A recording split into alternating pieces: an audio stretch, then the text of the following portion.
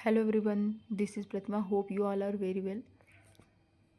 Allahabad high court में law student के लिए रिसर्च एसोसिएट की 36 वैकेंसीज हैं जो कि कॉन्ट्रेक्चुअल बेसिस हैं, जिसमें आपको पर मंथ 25,000 दिया जाएगा। इस फॉर्म की स्टार्टिंग डेट है 15/3/2025 और लास्ट डेट है एप्लीकेशन सबमिट करने का 1/4/25। इस फॉर्म में आपकी क्या एलिजिबिलिटी होगी, एग्ज़ाम कब होगा, आपके परसेंटेज कितने होने चाहिए, आपको कितना वेटेज मिलेगा आपके मार्क्स पर, आप नीचे जाएंगे स्क्रॉल करेंगे तो इसी पीडीएफ में आपको सारा डिटेल्स दिया हुआ है। 15/3/25 को स्टार्ट होगा फॉर्म, 1/4/25 को लास्ट सबमिशन डेट, 8/4/25 को पेमेंट की लास्ट डेट है।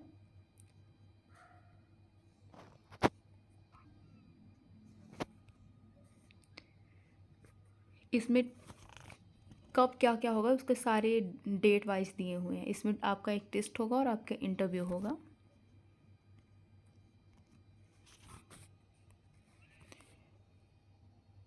फाइनल रिजल्ट आपका जुलाई 2025 में आएगा और जैसे ही आपका रिजल्ट आ जाएगा आपकी ज्वाइनिंग लेटर मिल जाएगी आपको। वो स्टूडेंट इलाहाबाद हाई कोर्ट में या फिर लखनऊ में उनकी पोस्टिंग की जाएगी।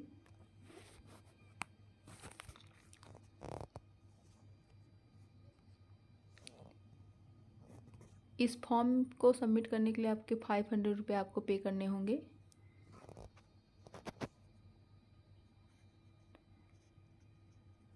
जिन स्टूडेंट ने 5 ईयर और 3 ईयर लॉ कंप्लीट किया है अपना 2025 में, करेंट कैलेंडर ईयर 2025, वही स्टूडेंट इस यहाँ पे एलिजिबल होंगे।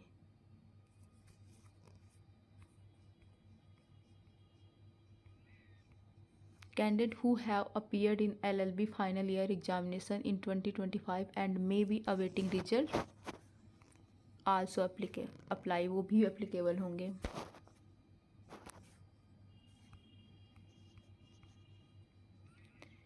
जिस भी लॉ स्टूडेंट के 55% हैं, आपके इसमें मिनिमम 55% होने चाहिए इस फॉर्म को सबमिट करने के लिए।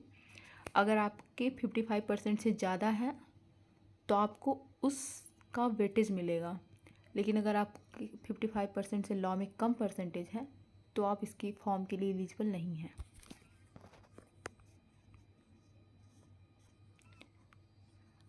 आपकी एज मिनिमम 21 साल होनी चाहिए और मैक्सिमम 26 ईयर।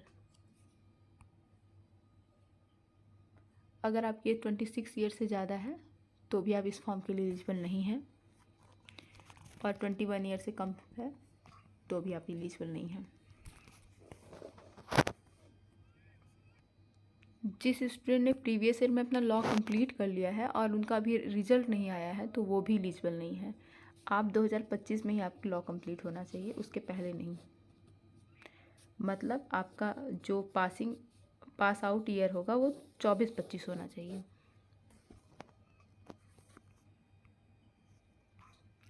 अब देखेंगे कैसे आपको कितना वेटेज मिलेगा, कितने परसेंट का कितना वेटेज आपको मिलेगा। ये आपके ये आपका पेपर है, पेपर कैसे आएगा, आपको क्या क्या उसमें आएंगे। तो ये क्लॉज नंबर 13 आपको देखना होगा कैसे आपके एग्ज़ाम होंगे 3 स्टेप में। पहला आपका लैंग्वेज टेस्ट होगा,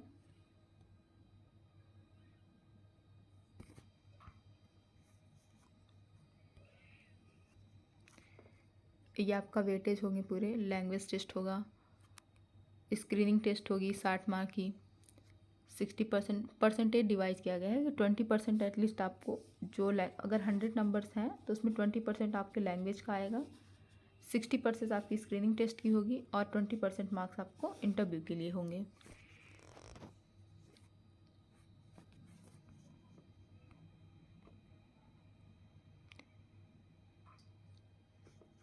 यहाँ पे दिया हुआ है लैंग्वेज में आपको कितने कितने मार्क्स कैसे कैसे होंगे। 5 marks for Hindi and 5 marks for the eligible English may be awarded to be candidate on the basis of the mark obtain by them इधर एट द क्लास 10th और क्लास 12th।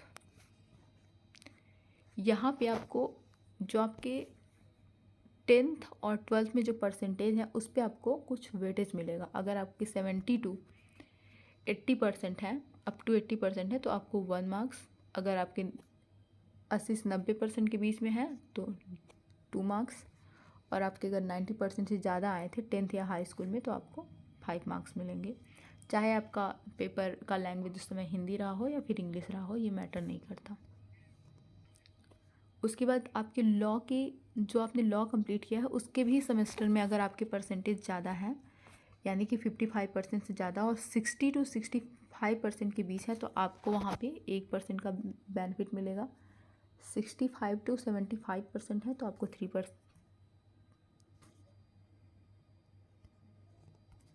मतलब 1 मार्क्स का benefit मिलेगा अगर 60 to 65 है। और अगर 65 to 75 के बीच में है तो 3 मार्क्स का, अगर 75 to 80 है तो 4 मार्क्स का, और मोर देन 80% तो 5 मार्क्स का।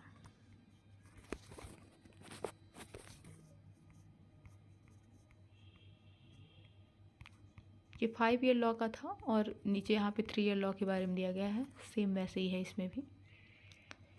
उसके बाद अगर आपने अपने लॉ में जो मूट कोर्ट अटेंड किया है उसमें भी आपको परसेंटेज मिलेंगे। अगर आपने नेशनल लेवल पे कोई मूट कोर्ट अटेम्प्ट किया है तो आपको वहाँ पे 3 मार्क्स मिलेंगे उसके।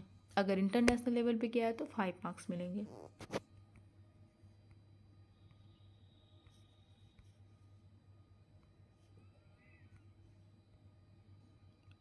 लास्ट में आपको इंटरव्यू का दिया गया है, कैसे इंटरव्यू में आपको परसेंटेज कितने परसेंट का वेटेज कैसे मिलेगा।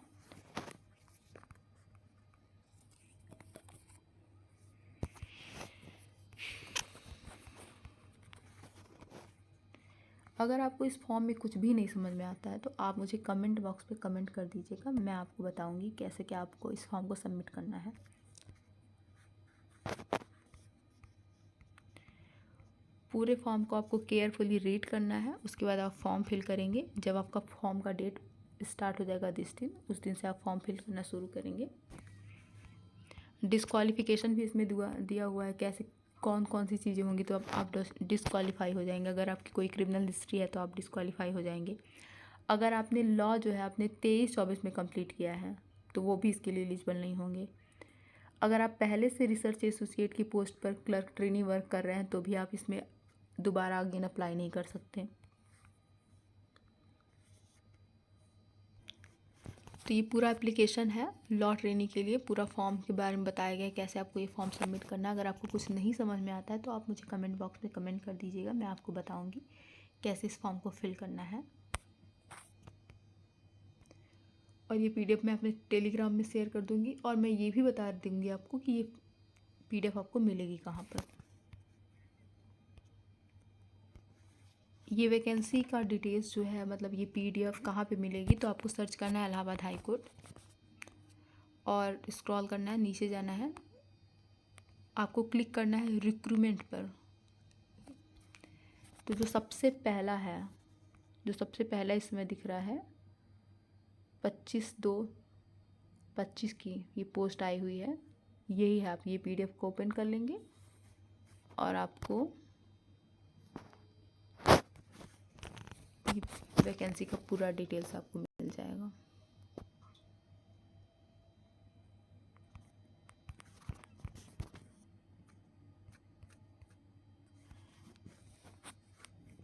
Thank you for watching my video. Have a nice day.